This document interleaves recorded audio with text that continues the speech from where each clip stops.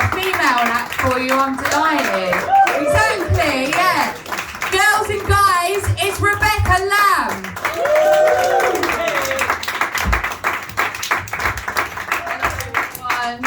Yes, I am a woman.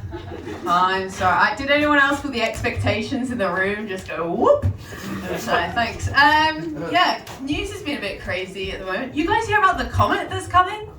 Yes. Yes. Yes. Thank you. I'm glad someone else is. If you guys, you're hearing about this for the first time, I'm sorry. I know you guys probably had a stressful week at work. Let's come to a comedy store. Let's escape the stresses of life. There's a comet coming, and you're gonna die. 2030. Yeah, it's weird. Like when I was younger, I always felt so prepared for a comet coming. I was like, I've got a plan. I'm gonna do this. I'm gonna be so analytical. I was expecting the stress. I wasn't expecting the relief. 7 years left. 7 years no. Yeah, some other stuff going on in the news. No one also seems to know about the Taliban has released its own insurance. Yeah, I know. It's actually surprisingly good for women though, because no matter what, they always make sure you're 100% covered. Yeah.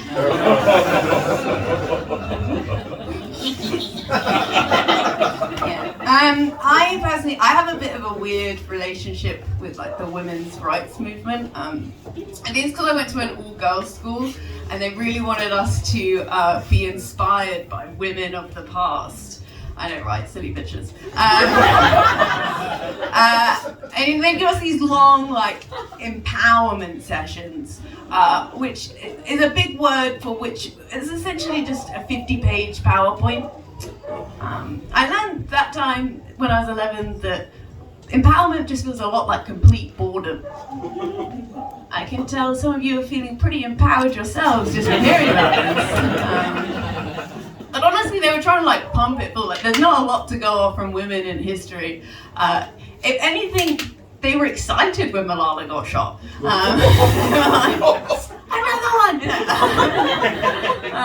Essentially, like they tried really hard. They wanted us to be inspired by the suffragettes. The suffragettes are not inspiring. But if you didn't know who the suffragettes are, they fought for our freedom to vote or whatever. And the reason we didn't have that is because men thought we were like irrational or like too emotional or whatever. And the suffragettes, they must have had a meeting, smart women in a room being like, you know, should we go through parliament? Should we petition? And I imagine that there was some crazy bitch at the back who's like, I'm gonna jump in front of a horse. Then they're gonna see, wait until they see me jump in front of a horse, then they're gonna see we're not crazy. And maybe that would have been inspiring if it had worked, you know, but we didn't get the vote until after 1918, so she just jumped in front of a horse for no reason. Is that a heroic act? I think it's a mental health crisis, quite frankly. It was weird. Yeah, and it's like, I feel like I'm jealous of the boys, because the boys, you know, it's like they had Darwin, they had Dickens. It's so easy for them to be inspired, but for us, they were like, with the PowerPoint, they were like, you know, ladies, if you work really hard, maybe one day you can kill yourself in front of a horse as well. It makes sense, like the only school trip we ever went to was the equestrian centre, you know?